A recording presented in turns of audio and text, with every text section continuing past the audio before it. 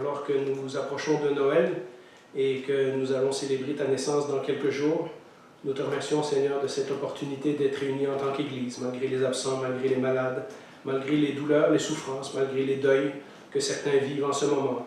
Nous voulons nous concentrer sur ta parole et ce message de la bonne nouvelle qu'elle a à nous annoncer aujourd'hui. Te demandons de rendre nos cœurs et nos oreilles attentives et que ce message transforme notre vie. Au nom de Jésus. Amen. Amen. Eh bien, vous savez que la semaine passée, on a parlé de Marie. Si vous étiez absent ou que vous avez raté des bouts du message, il est présentement sur le site YouTube de l'Église. Et aujourd'hui, c'est un peu la suite de la semaine passée. Donc, il y a certains détails sur la naissance de Jésus que j'ai laissés en suspens parce que je savais qu'on allait parler de Joseph aujourd'hui. Et on va parler de l'obéissance de Joseph. La dernière fois, on a parlé de la foi de Marie. Aujourd'hui, on va apprendre quelque chose de Joseph également. Pour résumer ce qu'on a dit la dernière fois, et je dois avouer que parfois, lorsque je relis ou je réécoute mes messages, je trouve que moi-même, je suis compliqué. Donc, je veux vous dire que j'en suis conscient et que comme un musicien veut devenir un meilleur musicien, comme un parent veut être un meilleur parent, ben, un prédicateur veut devenir un meilleur prédicateur. Et donc, je suis conscient que des fois, j'ai des détails et des affaires qui peuvent vous perdre. Je suis aussi très conscient que c'est la parole du Seigneur. Et donc, que le Seigneur utilise les mots que je dis pour toucher et rejoindre les gens dans leurs besoins où ils sont à ce moment-là. Et donc, je ne veux pas enlever ça au Seigneur, mais je voulais simplement vous dire que, oui, des fois, je me trouve moi-même compliqué. Donc, aujourd'hui, je vais essayer de faire un petit peu ça plus simple. Mais je voulais commencer en vous résumant le message de la semaine passée pour qu'on comprenne bien la situation, parce que cet épisode avec Joseph arrive tout de suite après l'épisode avec Marie. Alors, pour résumer ce qu'on a vu la semaine passée, on a vu qu'un ange a été envoyé, l'ange Gabriel, a été envoyé à Marie pour révéler le plan de Dieu, pour accomplir toutes les promesses que Dieu avait faites au peuple d'Israël depuis déjà le temps d'Abraham. On a vu aussi que le message de la Bible, et Matthieu et Luc, surtout Luc, insiste beaucoup sur le fait que Marie était vierge lorsqu'elle est tombée enceinte. Que le bébé Jésus est né par un miracle du Saint-Esprit et non pas par une relation humaine habituelle. Et enfin, nous avons regardé comment la foi de Marie a progressé de l'annonce de l'ange qui est d'abord un choc jusqu'à son acceptation finale du message. Et lorsque nous finissons Luc chapitre 1, nous nous rendons compte que Marie a complètement cru au message de l'ange. Elle a rencontré Élisabeth, elle a vu qu'Élisabeth aussi, selon la promesse de l'ange, était enceinte, et elle sait maintenant que la parole de l'ange va se réaliser. Et donc, nous reprenons l'histoire au moment où Jean-Baptiste est maintenant né, et Marie, après avoir passé 3 mois avec Élisabeth, retourne à Nazareth, et on va voir que Marie a vécu tout un choc et toute une progression, et elle a eu un questionnement avec les anges, etc. Mais on va voir que Joseph a vécu une expérience très similaire à celle de Marie, hein, l'apparition de l'ange et ces choses-là, mais avec des nuances. Il y a vraiment une différence entre Marie et Joseph dans la façon dont ils ont réagi au message. Positivement tous les deux, mais une petite différence que j'aurais aimé partager avec vous aujourd'hui. Alors, si vous savez l'histoire, vous savez que Marie est tombée enceinte alors qu'elle n'avait pas eu de relation avec Joseph. La Bible nous dit que c'est un miracle du Saint-Esprit. Et donc, on va parler de toute la notion du mariage, parce qu'elle était promise à Joseph pour être mariée. On va parler de toute la notion du mariage. À la fin du chapitre 1 de Luc, donc comme je l'ai dit, nous avons vu que Marie a accepté pleinement la parole de l'ange, et lorsque Jean-Baptiste est né, eh bien Marie doit retourner à Nazareth et elle doit affronter la réalité. Elle va, on imagine après 3 mois, le ventre commence à montrer un petit peu des signes, et elle va devoir expliquer à Joseph ce qui lui arrive.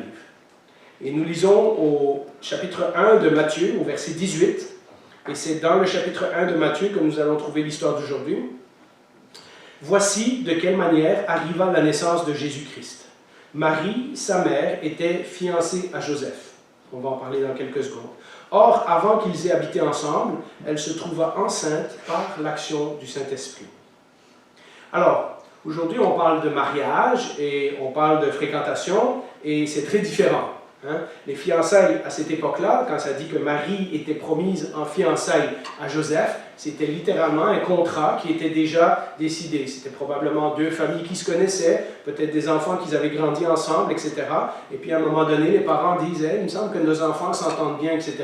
Et alors il y a une entente qui est faite entre les deux familles qu'ils vont se marier. Et donc, les fiançailles, c'est comme un contrat de mariage. Ça avait la même teneur légale qu'un mariage aujourd'hui, sauf que pendant 1 an, les mariés n'habitaient pas ensemble. Donc, ils étaient fiancés. Donc, les fiançailles étaient beaucoup plus sérieuses à cette époque-là qu'aujourd'hui. Et d'ailleurs, certains de mes frères et sœurs africains m'ont raconté que dans leur pays, ça se passe encore comme ça. Ils doivent aller demander à la famille si le père et les frères sont d'accord, etc. Et ensuite, il y a un temps de fréquentation. Et c'est pas comme nous, hein, les deux sortent tout seuls au cinéma et ils se tiennent par la main, etc. À l'époque de Jésus, il y avait une distance physique. Il y avait tout un respect, toute une façon de se comporter. La jeune fille demeurait chez ses parents jusqu'à la nuit de noces et le jour du mariage, le fiancé venait chercher la fiancée chez elle. On a cet exemple-là lorsque Jésus raconte la parabole des 10 vierges qui attendent que le marié arrive. Il venait prendre la fille et l'amener chez lui pour montrer que maintenant ils étaient mariés. Et donc, si vous voulez, les deux familles, mais aussi tout le village, dans un endroit comme Nazareth, tout le village était témoin de ce mariage. Cet engagement entre deux personnes, puisque c'était un engagement officiel, ne pouvait être rompu que par une lettre de divorce. Et c'est ce que nous verrons dans quelques instants. Et lorsque je réfléchissais à toute la notion du mariage, vous savez, des fois, en tant que moderne, on va, surtout ceux qui ont été élevés ici, on va se dire... ouais, bon, ben, le mariage dans la Bible, les mariages arrangés, ces trucs-là, ben, c'est pas tout à fait mon genre. Hein. Nous, on rencontre quelqu'un, puis on veut sortir avec, et puis la semaine d'après, on est déjà au restaurant, les deux seuls à seuls, et puis des fois, on va se promener tard le soir, main dans la main, etc. Dans nos sociétés modernes, beaucoup de gens vivent ensemble avant le mariage, couchent ensemble avant le mariage. Ce n'est pas du tout le cas dans le temps de la Bible. Le mariage était quelque chose de beaucoup plus solennel, de beaucoup plus sérieux, et je me demande si des fois on ne devrait pas repenser notre façon de faire le mariage, notamment dans... C'est pas mon but de parler du mariage, mais tant que les jeunes sont ici, je vais vous dire pour vos fréquentations, il y a des choses à faire et des choses à ne pas faire. Si vous n'êtes pas certain, venez m'en parler. Arrangez-vous pas pour vous retrouver tout seul avec quelqu'un du sexe opposé, parce que c'est là que les tentations arrivent, etc. La Bible dit, un homme, une femme, lorsqu'ils sont attirés l'un par l'autre, devraient se marier, ne pas attendre trop longtemps. Donc, voilà. Lorsqu'on voit l'histoire de Noël, il faut donc être conscient que ce n'est pas une relation comme les relations qu'on est habitué à avoir autour de nous. Hein, nos amis qui ne sont pas mariés, qui vivent ensemble, etc. Ça n'arrivait pas à cette époque-là. Et donc, il est important de comprendre ça parce que vous allez comprendre la réaction de Joseph tout de suite après. La Bible nous dit que Joseph était un homme juste.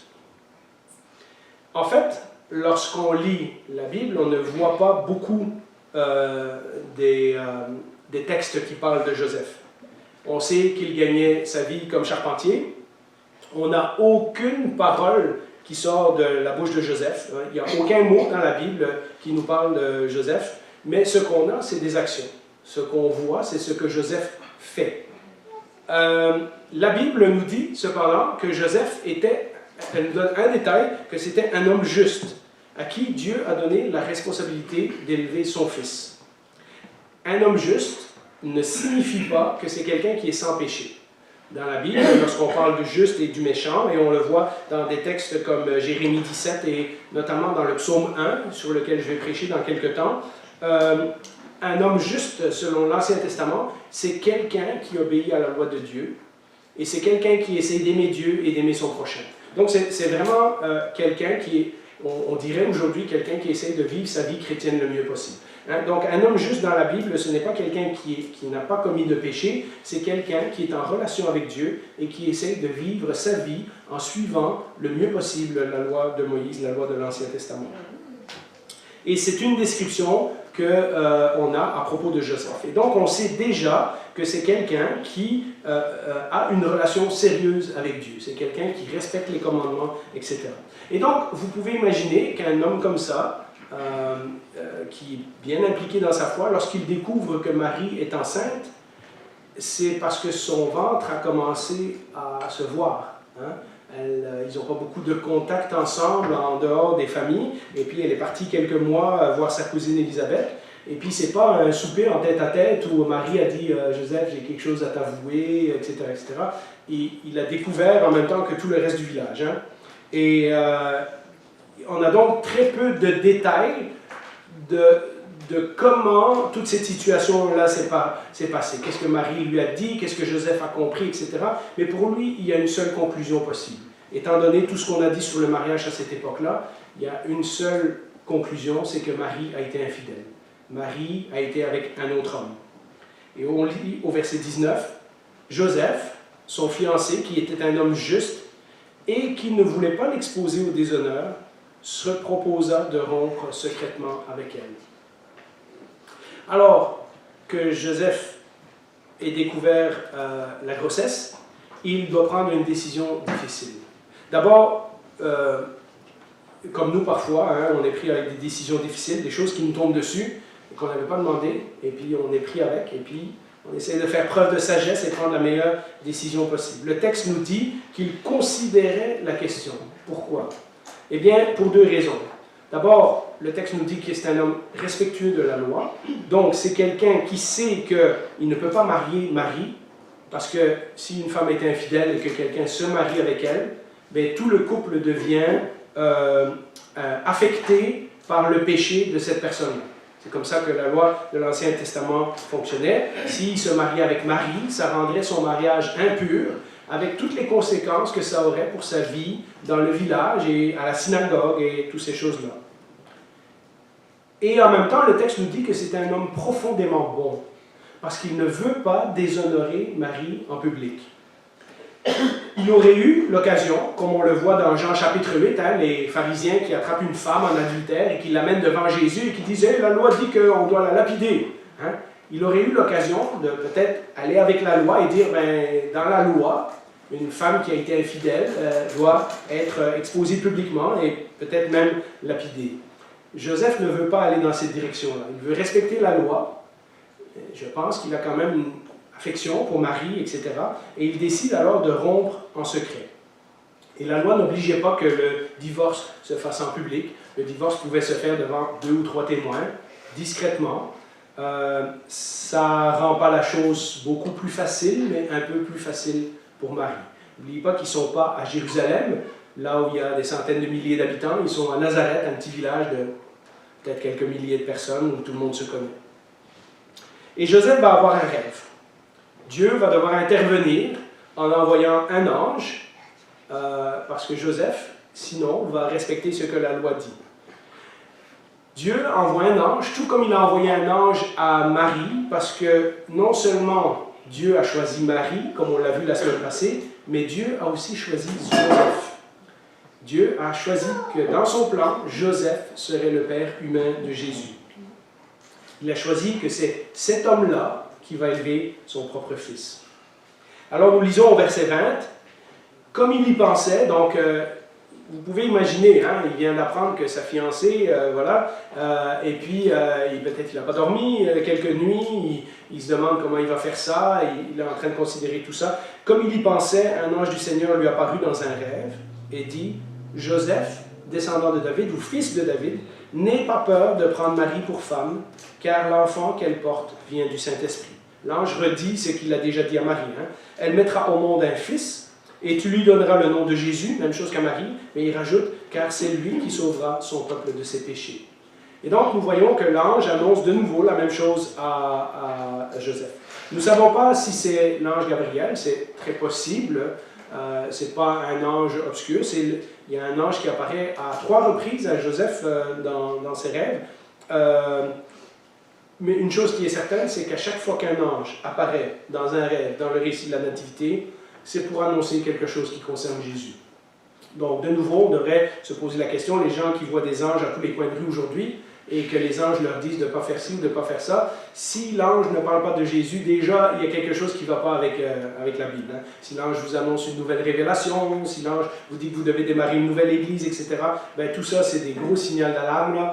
C'est pas comme ça que ça passe dans la Bible. Les anges sont les messagers de Dieu pour annoncer le plan de Dieu. Et donc, les anges parlent toujours du plan de Dieu. Tous les anges autour de la nativité, même lorsqu'ils apparaissent au berger, etc., sont toujours en train d'annoncer quelque chose qui concerne Jésus directement. L'autre chose qu'on peut remarquer, c'est lorsque l'ange apparaît à Joseph, ça nous rappelle que Dieu intervient toujours juste au bon moment. Si l'ange était apparu à Joseph 3 mois avant, et qu'il avait dit, ben, ta femme va tomber enceinte, mais t'inquiète pas, c'est le Saint-Esprit, hein, c'est un miracle, ça va être le Fils de Dieu, etc. Ben, Joseph n'aurait pas eu à prendre la décision difficile. Il n'aurait pas eu à obéir, il aurait dit, ah, ben, l'ange me l'a dit, etc. Et si l'ange était apparu trop tard, ben, à ce moment-là, Joseph aurait déjà divorcé, puis ça aurait aussi compliqué la situation. Donc on voit que l'ange arrive justement au bon moment, la bonne journée. En fait, dans tout le récit de la Nativité, l'ange arrive toujours juste au bon moment. On voit aussi dans ce texte comment l'ange s'adresse à Joseph. Je vous l'ai dit quand j'ai fait la lecture, dans la seconde 21, ça dit descendant de David, mais dans la Louis II, ça dit fils de David. Joseph, fils de David. Qu'est-ce que ça veut dire? Eh bien, l'ange lui rappelle que Joseph est un descendant de la lignée royale. Oui, il n'y a plus de roi sur le trône à Jérusalem depuis déjà 400 ans, mais ça ne veut pas dire que la famille de David n'a pas continué. Et les gens, les Juifs en particulier, qui connaissent bien leur généalogie, on a parlé déjà de Matthieu chapitre 1 il y a quelques années, dans les généalogies, ils gardent la trace de leurs ancêtres, c'est dans les archives au temple à Jérusalem, et ils gardent la trace de tous leurs ancêtres, et donc on peut savoir que Joseph est réellement un descendant de David, d'après le début, les 14 premiers versets dans Matthieu. Et l'ange lui rappelle que ce n'est pas simplement un charpentier, il fait aussi partie de la lignée royale. Et en faisant cela, vous voyez, il lie Joseph directement à la promesse que Dieu avait faite à David 1000 ans auparavant, en disant, un jour, il y aura quelqu'un de ta famille qui va venir sur un trône, et ce trône-là sera éternel. Et du même coup, il lie le bébé à la famille de David, puisque même si le bébé est né d'un miracle du Saint-Esprit, Joseph va être son père humain, Joseph va adopter cet enfant comme le sien, et donc, puisque Joseph est descendant de David, Jésus sera également descendant de David. Et puis l'ange fait ce qu'il fait tout le temps lorsqu'un ange apparaît dans la Bible, il rassure la personne. Je pense que je vous l'ai dit il y a quelques semaines, 4 fois dans le récit de Noël, ça dit « N'ayez pas peur ». Mais dans la Bible, c'est une parole qui apparaît plusieurs centaines de fois. À chaque fois que Dieu apparaît, à chaque fois que Dieu s'adresse à quelqu'un, à chaque fois qu'un ange apparaît, c'est assez troublant que l'ange est obligé de dire « N'aie pas peur ». Je ne viens pas te couper la tête, là. Je viens t'annoncer un message particulier. Et l'ange, comme on l'a vu dans le texte, réaffirme tout ce qu'il a dit à Marie. Hein, il dit que ça sera comment Marie est tombée enceinte, que c'est un miracle du Saint-Esprit. Ce n'est pas un bébé qui a été conçu dans le péché, Marie avec quelqu'un d'autre, etc. C'est vraiment le Saint-Esprit qui a donné la vie à ce bébé dans le sein de Marie. Il lui dit aussi comment le bébé va s'appeler, en dévoilant son nom, comme il l'a fait à Marie, hein, il s'appellera Jésus. Et puis, il rajoute quelque chose qu'il n'a pas dit à Marie, il dévoile sa véritable mission, en disant, il s'appellera Jésus parce qu'il sauvera son peuple de ses péchés. Et c'est de ça qu'on va parler maintenant. Ce que l'ange est en train de dire, c'est pas juste que Marie et Joseph vont avoir un bébé qui est le Fils de Dieu, mais que ce bébé sera le sauveur du monde. À cette époque-là, c'était la prérogative du père de nommer son enfant. C'est comme ça qu'on affirmait son autorité sur la famille. Hein, c'était le père qui décidait du nom, c'était le père qui nommait. Vous remarquerez que dans le cas de Jean-Baptiste, l'ange a dit à Zacharie comment il va s'appeler, et dans le cas de Joseph, l'ange dit également à Joseph comment le bébé va s'appeler. Et le nom est déjà décidé, ce qui veut dire que ce n'est pas Joseph qui est au contrôle. L'ange est en train de dire à Joseph, subtilement, cet enfant ne sera pas ton enfant. tu vas être son père, tu vas être responsable de lui, tu vas devoir l'adopter et l'élever comme ton enfant, mais je te dis déjà le nom qu'il va avoir. Ce n'est pas toi qui va être au contrôle de sa vie, c'est lui qui va être au contrôle de la tienne. Tu n'es pas là, Jésus n'est pas là pour être soumis à Joseph, c'est Joseph qui va être là pour servir Jésus. C'est Joseph qui va devoir servir de père à ce petit Jésus. Mes amis, quand Jésus vient dans notre vie, c'est exactement la même chose qui arrive. Jésus n'est pas à notre service. C'est nous qui devenons à son service. C'est nous qui nous soumettons à Jésus. Nous n'avons pas de conditions. C'est lui qui prend le contrôle de notre vie. Maintenant, Joseph sait que ce bébé n'est pas de lui, et pourtant, il va devoir être le père du Fils de Dieu. Pensez-y. Il y a un artiste, Michael Card, qui a écrit une magnifique chanson, mais je ne vous la jouerai pas aujourd'hui, mais si vous êtes intéressé, je vous l'enverrai par Internet. Et les paroles, en gros, ça dit ceci. Hein, ça s'appelle la chanson de Joseph. Et dedans, il imagine Joseph qui est en train de prier, qui dit « Comment est-ce possible? Toute ma vie, je n'ai été qu'un charpentier. Et Père, montre-moi comment faire pour élever un roi. Comment faire pour élever le Fils de Dieu. » Alors, la Bible ne nous donne pas de détails, mais je vous laisse imaginer tout ce qui peut se passer dans la tête de Joseph et de Marie, de savoir que ce bébé, c'est le Fils de Dieu, que c'est le Sauveur du monde. Ils n'ont pas tout compris. On verra que Marie, ça lui prendra tout un cheminement, mais elle a compris que cet enfant vient de Dieu, que cet enfant, c'est le Messie promis et ces choses-là. Mais d'élever un bébé qui est né par miracle, d'élever le Fils du Dieu d'Israël. Mais vous voyez, l'ange continue. La promesse, c'est beaucoup plus que juste apporter au peuple juif un Messie. Ce bébé, c'est pas juste, ah ben c'est le Messie qui est promis, et puis voilà. L'ange dit, non, non, non, ce bébé, c'est le Sauveur. Hein, c'est celui qui sauvera son peuple de ses péchés. Et comme on l'a vu dans la vie de Jésus, et vous le savez maintenant, je l'ai dit assez souvent de fois, le peuple attendait un Messie qui vienne les libérer des Romains, qui vienne restaurer Israël, qui vienne les sauver de leur humiliation nationale. Et l'ange dit, c'est pas ça que vous avez besoin. Vous avez besoin, le peuple juif a besoin d'un sauveur qui va les sauver de leurs péchés, pas les sauver des Romains. Et donc la mission de Jésus est clairement définie par l'ange. D'ailleurs, Luc rajoute au verset 22 et 23, « Tout cela arriva afin que s'accomplisse ce que le Seigneur avait annoncé par le prophète, et ça c'est dans Ésaïe, la Vierge sera enceinte, elle mettra au monde un fils, et on l'appellera Emmanuel, ce qui signifie Dieu avec nous. » Donc non seulement c'est le Fils de Dieu, mais c'est aussi celui qui va sauver Israël de ses péchés. Donc c'est toute une nouvelle. Hein? C'est vraiment... Il faut réfléchir, hein? Il faut prendre le temps d'intégrer tout ça. Bon, ils ont eu les autres 6 mois de la grossesse pour apprendre comment dealer avec tout ça, mais c'est quand même surprenant. Nous, on lit cette histoire, on dit, voilà comment arrive à la naissance de Jésus, on passe vite par-dessus. On ne se met pas souvent dans la peau de Marie et Joseph pour essayer de voir toutes les questions qui se posaient dans leur tête. Mais vous savez, quand on rencontre Jésus pour la première fois, c'est la même chose aussi. Hein? Lorsque la première fois on est intéressé au christianisme, ou quelqu'un nous amène à l'église, ou nous pose des questions, c'est aussi comme ça, c'est trop de choses. C'est un nouveau langage, c'est des nouvelles choses à comprendre, et ça nous prend un certain temps avant de définir comment toutes ces choses s'emboîtent ensemble, et c'est quoi le plan de Dieu dans ce message qu'il nous envoie. Ce bébé qui est maintenant humainement relié à la famille de David, parce que Joseph l'a adopté, hein, n'est pas comme les autres. Si on vous posait la question, si on me posait la question, où étais-tu avant ta naissance? Ben, on dirait, on n'existait pas. Hein?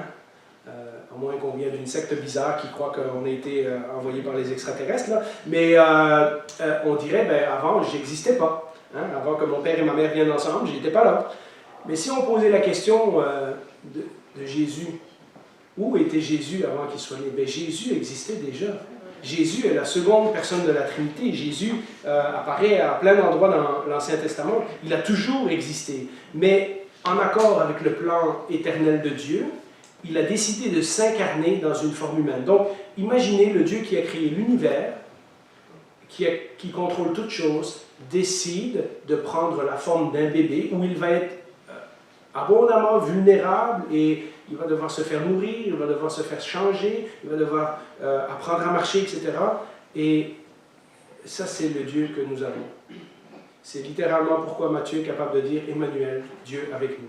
Ce bébé Jésus, ce n'est pas juste un grand prophète, ce n'est pas juste un sage, ce n'est pas juste quelqu'un qui avait une connaissance extraordinaire, c'est littéralement le Dieu de l'univers qui s'incarne dans un corps humain pour venir se dévoiler à nous.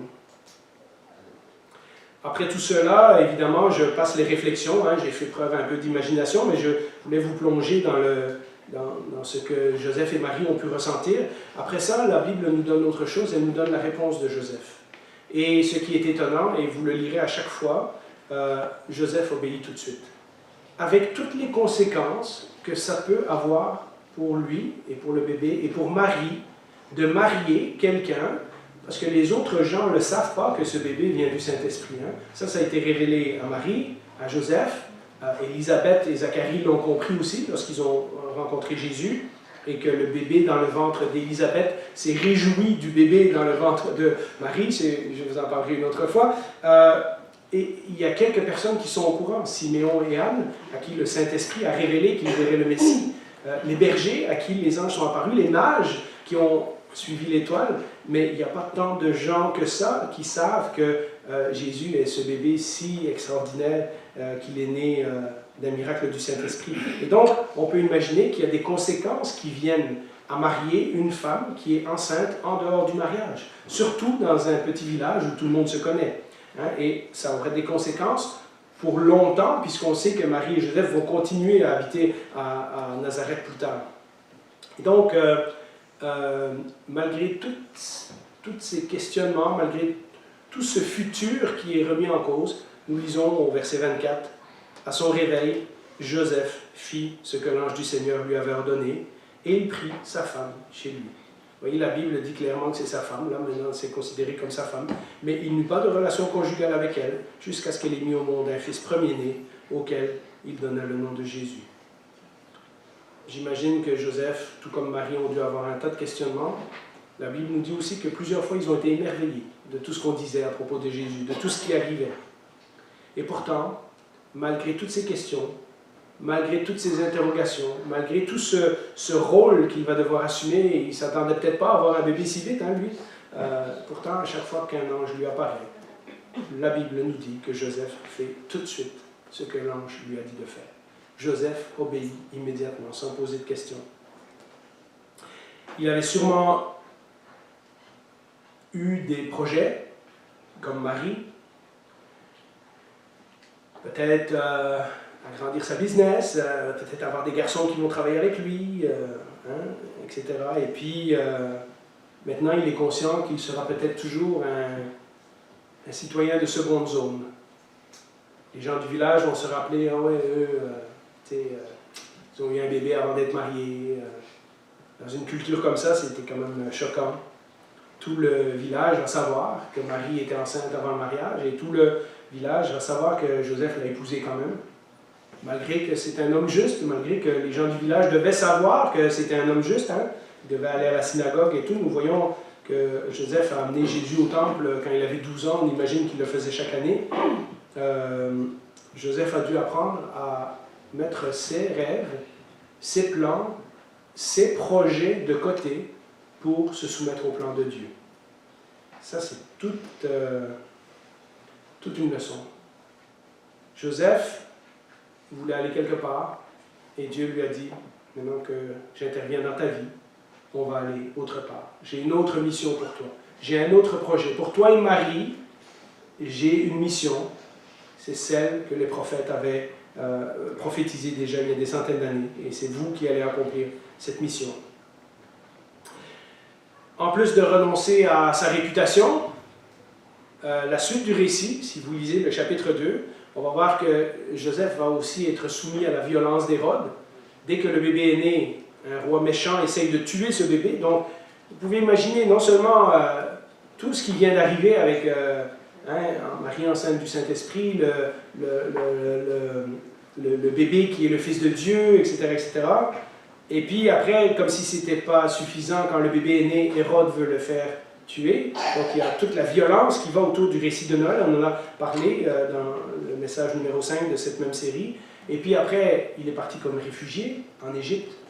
Pour plusieurs d'entre nous qui ont vécu dans d'autres pays, nous sommes un peu familiers avec ce que c'est de se réétablir dans un nouveau pays, etc. Mais imaginez Joseph avec un petit bébé, et pendant peut-être 2 ans ou quoi, il est en Égypte comme un réfugié. Donc il n'est pas dans sa communauté, il n'est pas dans sa famille, il n'est pas dans son village, etc.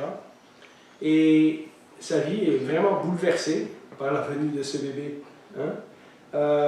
C'était pas dans ses plans de carrière, hein, de partir à Bethléem, et puis ensuite de se réfugier en Égypte, et puis ensuite de revenir à Nazareth parce qu'il a peur de retourner à Jérusalem à cause du fils de Hérode, etc. Mais vous savez, c'est la même chose pour nous, hein, quand Jésus se manifeste dans notre vie. Il n'y a pas de conditions. Ouais, Seigneur, je veux bien de toi, mais je vais te dire où je veux aller. Non, c'est pas comme ça. Le Seigneur nous dit, bon, mais maintenant tu as décidé de me suivre, je vais te montrer où est-ce que je veux que tu ailles. Hein, il faut le suivre là où il nous dirige. Après tout, c'est pas juste un bébé, c'est notre roi, n'est-ce pas? Hein? On l'a chanté tantôt dans nos chants. Alors, la conclusion, la leçon que je voudrais peut-être qu'on garde de tout ça, et je vous invite à relire dans ce temps des fêtes, relisez les récits lentement, comme on est en train de faire maintenant. Regardez chaque détail, posez-vous les questions, faites aller un peu votre imagination, lisez les commentaires si vous avez une Bible avec commentaires, des fois ça rajoute un petit quelque chose à notre lecture. En tant que croyant de Christ, en tant que croyant en Christ, en tant que disciple de Jésus, notre désir en général, c'est de vivre au centre de la volonté de Dieu. On voudrait tous avoir une bonne vie chrétienne, on voudrait tous être agréables à Dieu, on voudrait tous faire le plan que Dieu a pour nous. On sait très bien qu'on ne peut pas dire au Seigneur, bah voilà, moi je veux ça, ça, ça, ça, ça, puis arrange-toi pour me le fournir. On sait très bien, hein, quand on a vraiment compris le message de l'Évangile, que c'est à nous de suivre Jésus et non pas l'inverse. Et on veut sincèrement faire la volonté de Dieu. Mais souvent, nous prions et nous attendons dans un coin que Dieu nous annonce par un miracle ou un signe ou une prophétie de quelqu'un ou quoi, que Dieu nous dit « Ah, ben j'ai un plan pour ta vie et c'est ça. » Et certains d'entre nous, je pense à Michael qui est là aujourd'hui, Michael avait des plans de carrière et puis à un moment donné, on s'est rencontrés, on a parlé. Et puis, à un moment donné, il a dû prendre une décision. Hein. Et puis, l'école biblique, c'était peut-être pas ce qu'il avait prévu il y a quelques années de ça, mais c'est là qu'il est présentement, puis le Seigneur va le diriger. Et ça fait peur quand le Seigneur nous dirige dans une direction qu'on n'avait pas prévue, et pourtant, en même temps, quand on sait qu'on est dans la volonté du Seigneur, c'est quelque chose de tellement réjouissant. Nous attendons souvent que Dieu nous annonce son plan comme par miracle. Mais en fait, toute la vie de Joseph nous montre un homme qui vit par l'obéissance. Ce qu'il sait, à ce moment-là, il le fait. Il n'a pas besoin de savoir qu'est-ce qui va se passer dans 6 mois, dans 1 an, etc. Chaque jour, il fait ce qui doit être fait. Hein? L'ange lui apparaît, il lui dit « fais ceci ». Le texte nous dit « Joseph a obéi à l'ange immédiatement ». Dieu lui a révélé son plan une fois que Joseph s'est mis à obéir. En cours de route, en faisant ce qu'il savait être juste, l'ange est apparu, il a rectifié le tir de Joseph, il est apparu une autre fois, il est apparu une 3e fois. Pendant que Joseph faisait ce qui était bon, l'ange, le Seigneur, lui a révélé son plan. La résolution de Joseph, c'est à chaque fois que le Seigneur lui montre quelque chose, il a décidé de suivre cette direction. Nous n'avons pas besoin de regarder et d'attendre que la volonté de Dieu dans notre vie se manifeste par un miracle. Continuez là où vous êtes, jusqu'au moment où le Seigneur vous montre une autre direction. Et à ce moment-là, n'attendez pas 6 mois, allez dans cette direction. Chaque jour, le Seigneur nous demande de marcher en obéissance à lui. Et au fur et à mesure, il nous révèle son plan pour notre vie. Vous savez, pour beaucoup d'entre nous qui sommes chrétiens depuis longtemps, on peut regarder en arrière et dire « Waouh, je vois comment le Seigneur m'a guidé au travers d'un tel ici, puis j'ai fini dans cette église, et puis après j'ai rencontré un ami là, j'ai été dans l'autre église. » Et on voit tout le trajet parcouru et on peut dire « Ouais, le Seigneur m'a vraiment guidé. » Mais si je remontais à mon moi de quand j'avais 18 ans, j'avais aucune idée de où le Seigneur me dirigeait. J'avais aucune idée que je finirais un jour ici debout à prêcher la parole du Seigneur. Surtout pas à Saint-Constant. Montréal peut-être, mais non, je blague. Mais vous voyez comment, voilà, je ne connaissais même pas Saint-Constant là. Donc vous voyez comment au fur et à mesure de notre vie, on continue. Je pense à Sébastien aussi, qui a décidé de faire des études en théologie. Ben là, pour le moment, il sait que dans quelques semaines, il doit rentrer à l'école, il doit faire ses devoirs, il doit faire ses choses. Et petit à petit, il fait ce qu'il sait qu'il doit faire. Et les autres choses, le Seigneur lui montrera en temps et lieu. Et donc, nous sommes comme ça, plusieurs, où nous pouvons regarder en arrière et dire « Waouh, si le Seigneur ne m'avait pas orienté dans cette direction-là, je ne serais pas ici aujourd'hui. Je ne serais pas dans le plan de Dieu aujourd'hui. » Et donc, en regardant en arrière, on peut toujours voir que finalement, Dieu a guidé nos vies. Alors oui, ça nous fait un petit peu peur. C'est comme l'ange qui dit c'est pas toi qui vas décider le nom.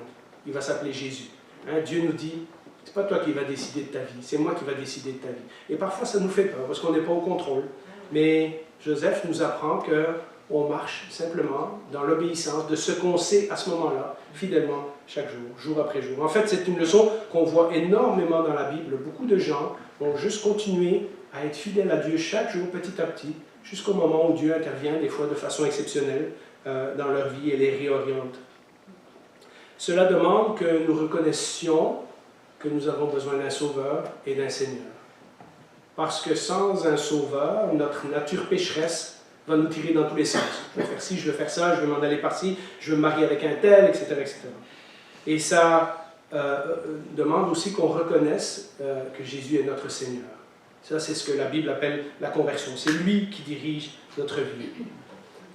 En conclusion, j'aimerais dire, vous savez, quand on présente le message chrétien comme ça, on pourrait se dire « Ouais, mais Jean-Philippe, ça demande beaucoup de courage pour suivre Jésus comme ça. Ça demande beaucoup de sacrifices pour suivre Jésus de la façon dont tu nous décris. On n'est pas Joseph et Marie. » Et c'est en partie vrai. Mais j'aimerais juste vous laisser une dernière réflexion. Ça a pris bien plus de courage au roi de l'univers, au Fils de Dieu, à la deuxième personne de la Trinité, de venir s'incarner dans un bébé humain, de se rendre vulnérable, de se rendre faible, de prendre, imaginez, celui qui a tout créé prend un corps humain. Hein? Les humains ne sont pas les plus forts des créatures. Hein? Et il est devenu mortel. Ésaïe nous dit qu'il a été soumis à la souffrance. Et il a fait tout ça pour toi et pour moi. Alors, qu'est-ce que c'est que moi, je trouve difficile à suivre le Seigneur? Ça a été bien plus difficile pour lui de venir dans ce monde, pour me sauver. C'est ça que je veux qu'on réfléchisse en ce temps de Noël. Prions. Dans ce magnifique récit des fêtes, ce récit qui nous enchante à chaque année lorsque nous le lisons, ces chants que nous chantons et qui remplissent notre cœur d'une certaine joie, d'une certaine lumière, d'une certaine paix, nous découvrons qu'au travers de tout ça, il y a des sacrifices, il y a de la souffrance, il y a de la soumission, il y a de l'obéissance, il y a des questionnements. Et ça, c'est exactement notre cheminement, Seigneur. Nous voulons, en ce temps des fêtes, repenser, non pas comment c'est difficile de te suivre, mais comment tu as sacrifié pour venir vers nous. Combien ça t'a coûté à toi de venir dans la peau de ce bébé Jésus. Nous repensons à cette vie que tu as vécue, nous repensons à ces 3 années de ministère, nous repensons à ton sacrifice sur la croix. Et nous nous disons, tu as fait tout cela pour moi. Nous nous rappelons aussi que tu es ressuscité, que tu as promis de revenir nous chercher pour que nous soyons avec toi là où tu es. Et ça, dans ce temps où plusieurs d'entre nous vivent des deuils et des situations difficiles, c'est notre plus grande joie. Nous savons que notre cité n'est pas sur cette terre, mais nous attendons une cité céleste dont tu es le Seigneur. Nous savons qu'un jour nous te verrons face à face et ce jour-là, nous serons transformés parce que nous te verrons. En attendant, aide-nous à marcher chaque jour dans l'obéissance, dans le petit peu de choses que nous connaissons, dans les petites choses que tu nous as montrées. Aide-nous à continuer fidèlement, tout en étant attentifs, en ayant les yeux, les oreilles et le cœur ouverts à, si peut-être, tu nous indiques une autre direction. Seigneur, aide-nous, ce ne sont pas des choses faciles, mais si toi tu as fait tout ça pour nous, nous voulons reconnaître que tu as le pouvoir et la force de guider notre vie et que nous pouvons absolument te faire confiance. Merci Jésus. Amen. Amen.